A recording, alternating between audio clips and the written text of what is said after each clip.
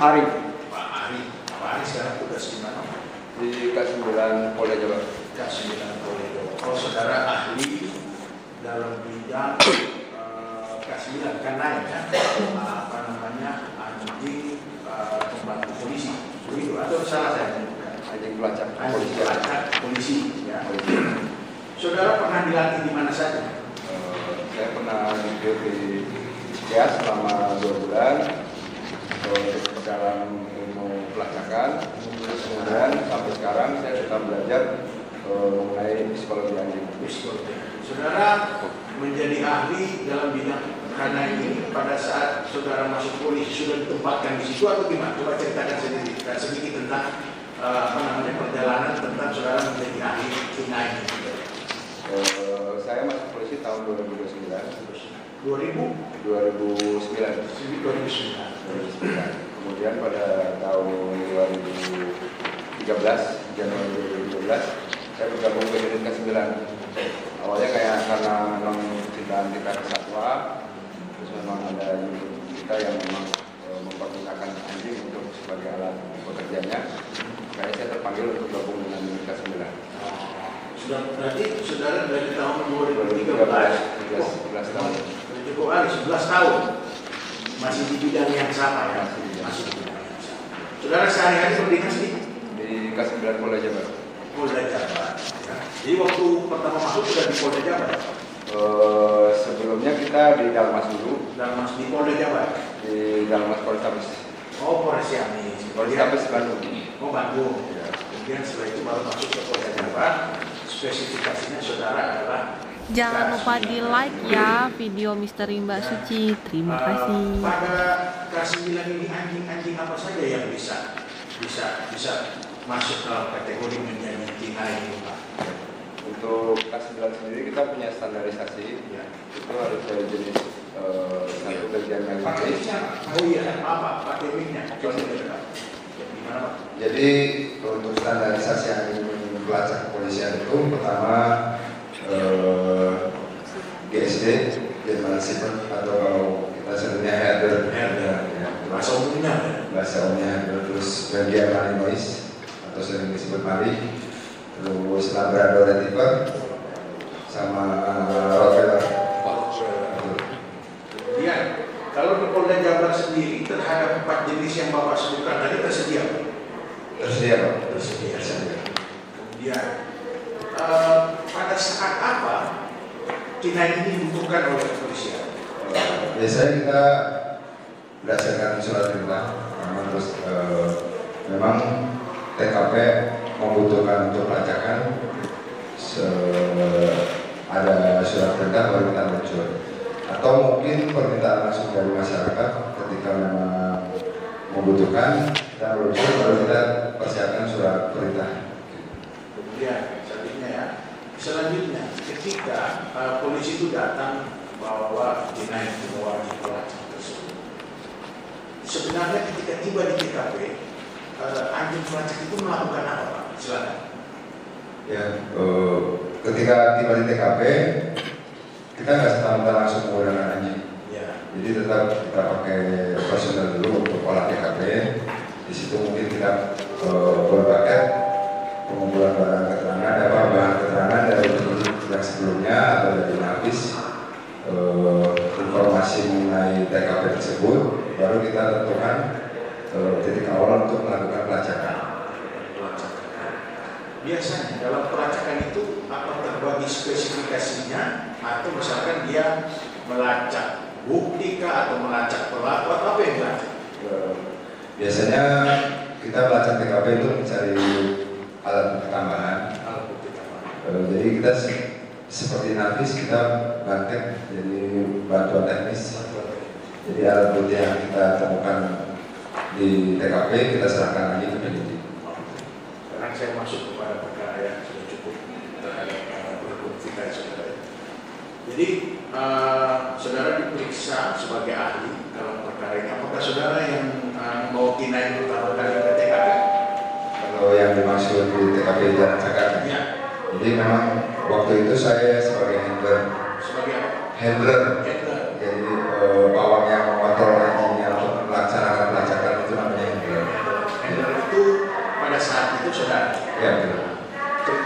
hari pertama saudara mendapatkan info dari mana sampai dengan saudara ketemu? Jadi pertama-tama kita dapat informasi atau perintah dari kanit kami, itu Prayoga, ya, untuk melaksanakan pelacakan TKP di daerah Subang. Waktu itu belum tahu kita jalan cagar. Langsung kita persiapan dan menuju ke lokasi. Pada tanggal berapa? Tanggal 30 Agustus 2001. Ya. Jam berapa sekira jam berapa? Itu perintah kita terima sekitar jam 12 siang. Ya, 12 siang. Berangkatlah saudara dari Polda Jabar. Kita persiapan dulu.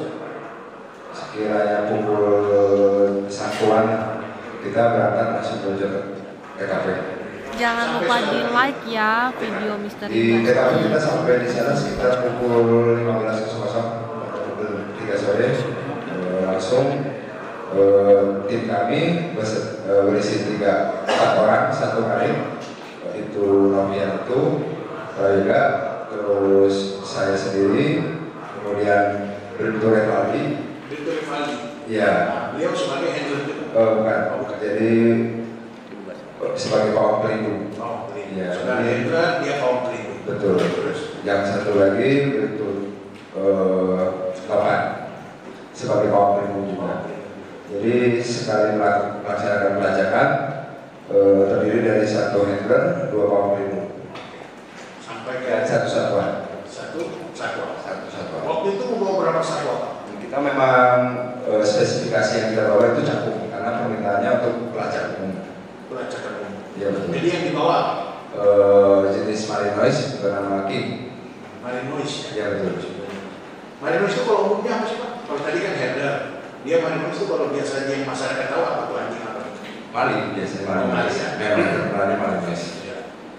Kemudian setelah itu sampailah jam 3. Jam 3 di lokasi kejadian. Kemudian melakukan pelacakan ya. Itu teknisnya gimana? Apakah anjing dilepas atau saudara sebagai handler yang megang? Kemudian bagaimana? Coba dijelaskan. Jadi setelah sampai TKP, pawang pelindung yang tadi saya sudah jelaskan, full paket mengumpulkan bahan keterangan dari penyidik dan inavis karena memang setahu saya pada saat itu TKP udah berusia 12 hari.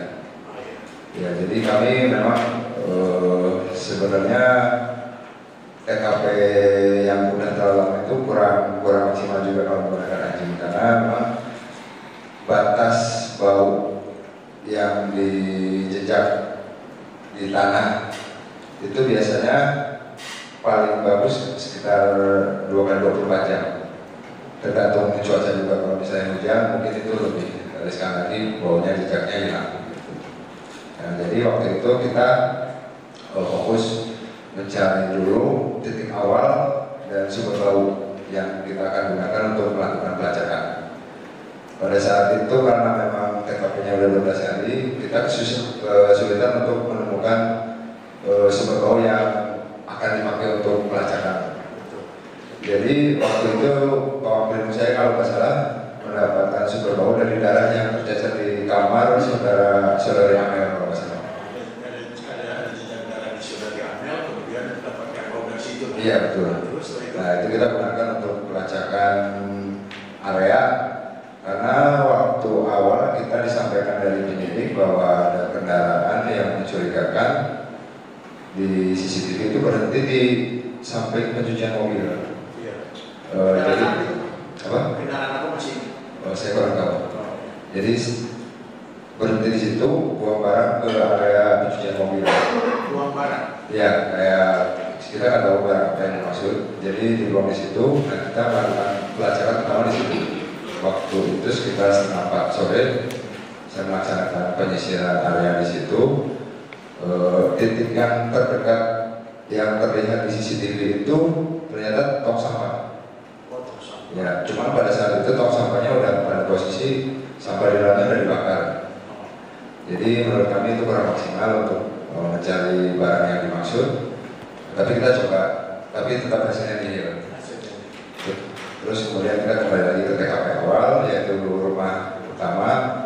Terus di sana kita dapat informasi lagi bahwa sebelumnya itu handphone milik saudari Amel itu hilang. Tapi tadi bluetoothnya masih nyambung katanya. Ya. Jadi diambil kesimpulan mungkin handphone itu dibuang di sekitar rumah. Nah di situ kita melaksanakan pelacakan lagi, kita penyisiran karena bluetooth mungkin sekitar 20 meter dari rumah bisa nyambungnya. Jadi kita waktu itu menyisir sekitar 20 meter lingkungan rumah, tetapi tetap di sini nihil. Gitu. Itu sampai jam sekitar jam 5 sore. Setelah itu kita istirahatkan ke satwa kami karena memang udah stamina-nya udah terkuras. Waktu istirahat permintaan lagi untuk penyamaan bau. Penyamaan bau. Jadi dari penyidik kita ada petunjuk bukti berupa helm warna kuning. Jangan lupa di like ya video Misteri Mbak Suci. Terima kasih. Menentukan siapa pemilik helm tersebut. Kita coba. Jadi waktu itu setelah kita istirahat, setelah habis maghrib sekitar pukul 6 sore. Malam aja. Ya, 6 sore. Ada beberapa saksi yang dikumpulkan duduk di area garasi kalau nggak salah. Area garasi sekitar 6 saksi ya. Kita lakukan metode penyamaan bau dari hal tersebut. Sebentar Pak, saya potong sebentar. Oke, kalau cara penyamaan bau itu, jadi helm itu diciumkan ke satwa, kemudian satwa itu mencari bau yang teman. lanjut Pak. Jadi setelah kita diberi alat bukti tersebut, kita ciumkan ke anjing kita, dan dia mengidentifikasi baunya. Kemudian kita dekatkan ke arah saksi yang sudah dimaksud dari penyidik. Yang 6 orang itu. Ya, yang mana orang Sudah itu? kenal kan? Tahu. Nggak ada yang kenal. Pada saat itu nggak ada yang kenal. Mungkin sekarang udah. Dia langsung mengidentifikasi. Dari pertama dia langsung merespon ke saksi nomor 1. Saksi nomor 1 atas nama. Dan ya, Anjing itu memberikan reaksi itu kayak gimana sih Pak? jadi memang pada saat pembentukan anjing pelacak itu kita memberikan treatment agar dia memberikan identifikasi tertentu pada barang yang kita ajarkan ke dia. Misalnya ke narkotik, kita kasih dia identifikasi dengan cara duduk atau parking atau menyala. Oh ya, jadi kalau ada apa-apa dia bisa. Betul. Jadi bisa menyala. itu cara dia berkomunikasi dengan kita. Jadi kalau misalnya dia menemukan barang yang mencurigai, dia bisa duduk, menyala atau taruh. Gimana kita mengajarkannya gitu. Nah hari itu instruksinya Instruksi untuk anjing saya itu dia kalau gigit menyala. Betul.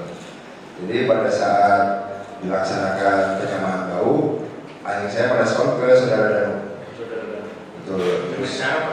Dengan cara pertama dia hampir menggigit, yang nggak tahu mungkin kena ya kalau nggak salah. Terus dia menyala, untuk memastikannya dia menyala. Makanya saya udah kunci. Yang pertama terus saya lanjutkan pelacakan penyamaan bau ke saksi berikutnya, hasilnya nihil. Ya, nah 2 kali saya laksanakan pelacakan dan penyamaan bau tetap ke saudara Danu terus.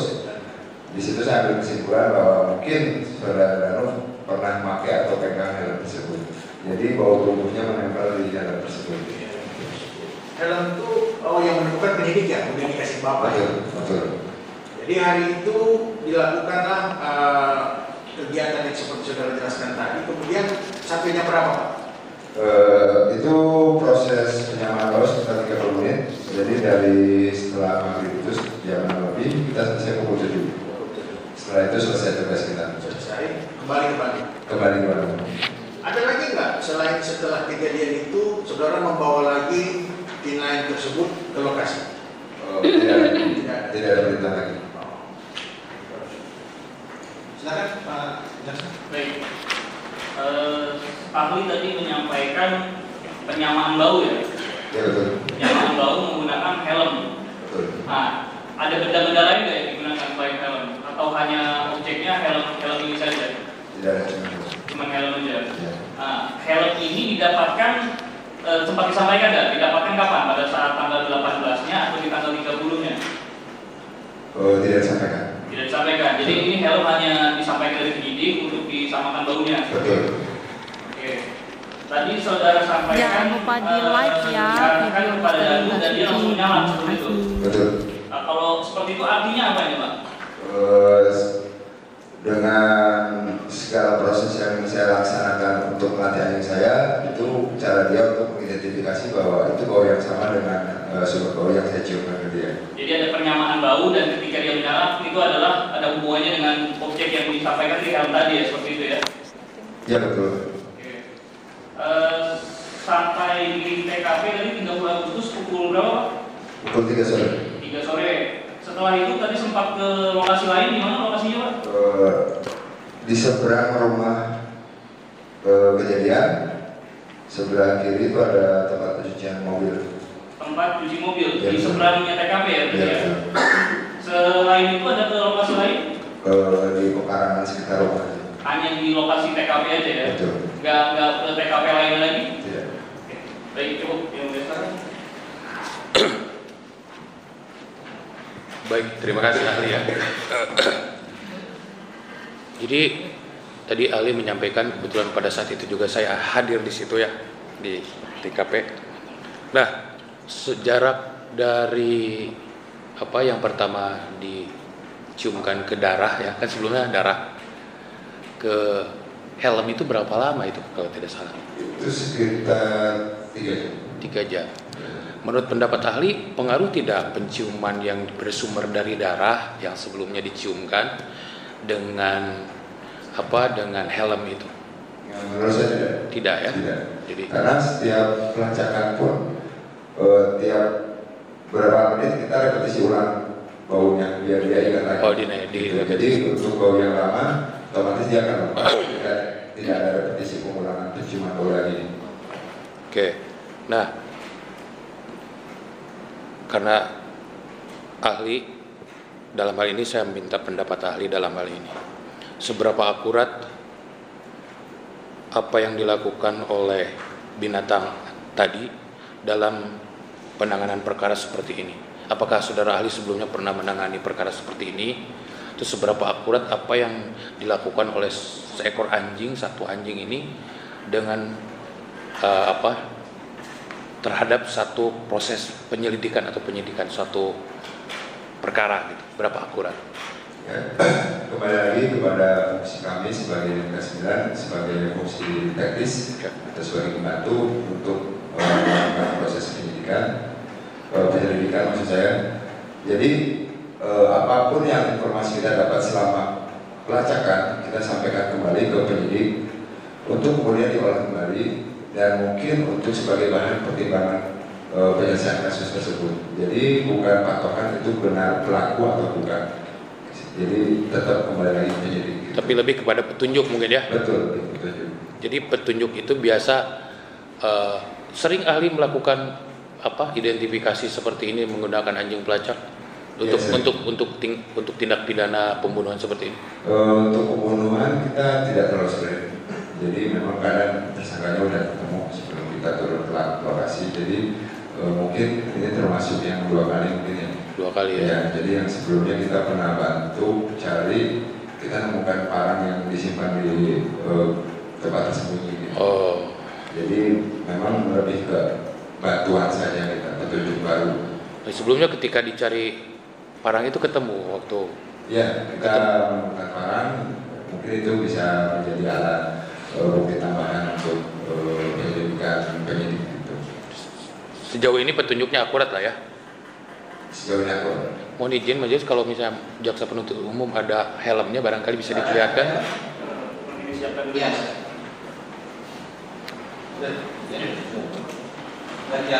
Oh. Helm kuning.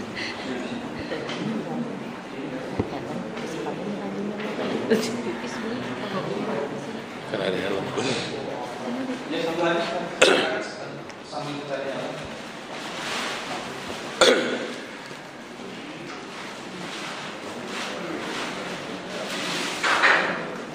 Nah, helm ini bukan. Bukan. Kuning.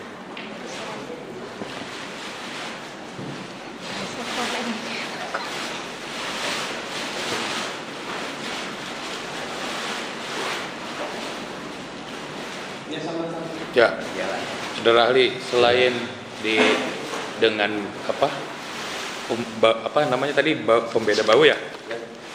Selain pembeda bau, apakah disisir lokasi ke belakang di TKP itu menggunakan anjing pelacak? Tidak. Ya betul. Jadi kita waktu itu mengisi untuk mencari barang bukti tambahan ke pekarangan sekitar rumah kejadian. Di depan atau di belakang? Samping. Jangan lupa di like ya. Samping sebelah kiri. Sampai belakang. Kalau ke belakang yang ke kebun sana? Sampai pohon besar. Sampai pohon pisang. Ada yang ditemukan pada saat nihil ya? Apakah anjing pelacak juga dibawa ke dalam TKP, ke dalam rumah itu?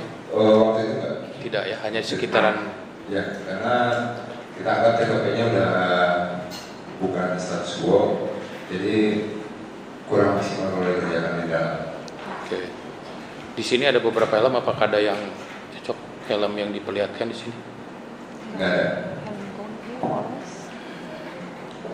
Dilanjut majelis, silakan kami. Oke, lanjutkan ya. Saudara saksi, untuk anjing itu sendiri yang dibawa ke jalan jaga, sebelumnya pernah digunakan kasus lain nggak? Pernah. Ya. Nah, kemudian teknisnya seperti apa sih? Apakah mengikuti keinginan dari penyidik atau kayak yang di film-film itu kita lepas anjingnya, kemudian kita ikutin kemana arahnya ya, atau misalnya sesuai keinginan penyidik? Teknisnya bagaimana itu?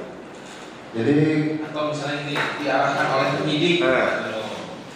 Jadi untuk pelacak umum itu sendiri kita menggunakan tali panjang sekitar 5 atau 7 meter.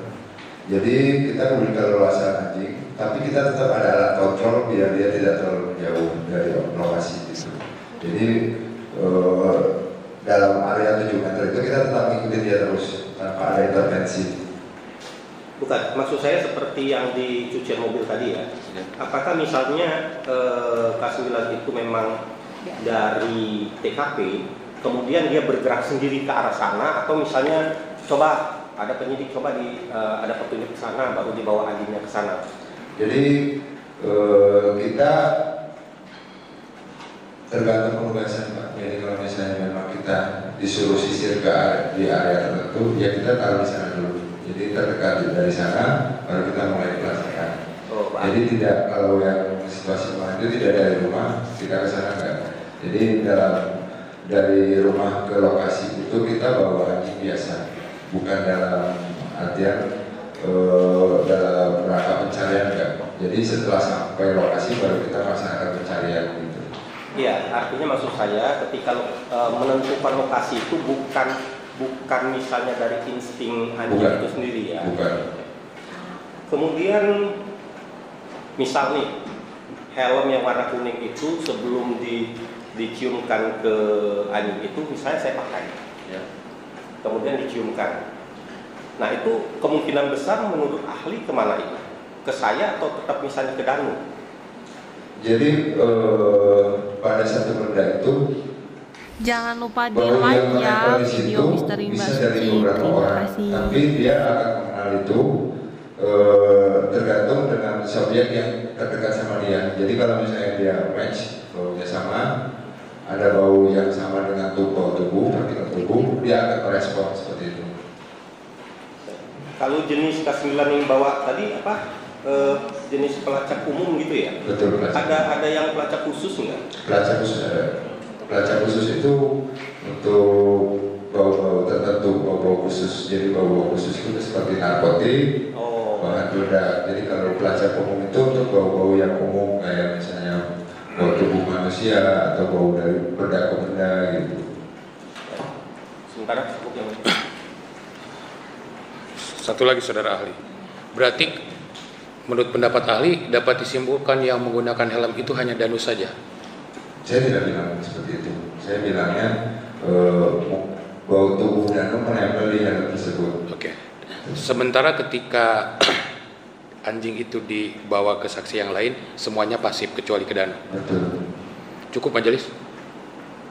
Cukup. Silakan Pak. Lanjut Pak. Ini ada banyak soal. Nah, ini silakan Pak.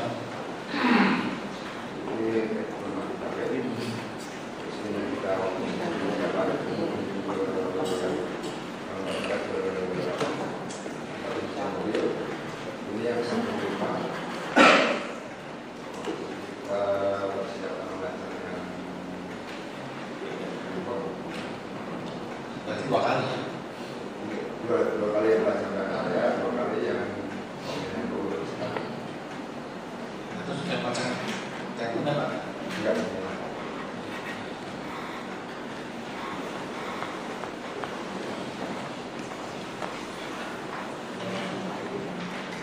Cukup majelis? Cukup. Ya Pak, terima kasih.